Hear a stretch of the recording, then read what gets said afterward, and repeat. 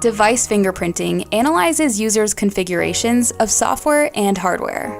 It creates a unique ID for each configuration to recognize connections between users and to highlight suspicious devices. Device fingerprinting is a more powerful way of keeping tabs on your users, in case they delete their cookies for good reasons or bad. When users access your platform, they do it with two tools: a device with a web or mobile application, and an internet connection that retrieves an IP address.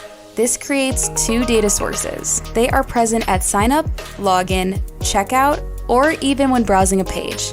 With the right solutions, we can extract useful info from these data points.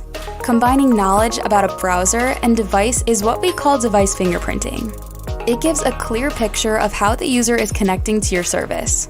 It lets us understand user behavior and, more importantly, flag potential fraudsters. Fraudsters often buy or steal long lists of card numbers and login details.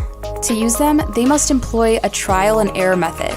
The repetitive nature of this process means it's near impossible to change devices every time. They're only left with a few options. These are things such as clearing the cache, switching browsers, using anti-fingerprinting tools, or using private modes within browsers. This is precisely where device fingerprinting can help. It can track patterns based around unusual behavior. For example, if a user constantly clears their cache before multiple login attempts points to hide account takeover attempts.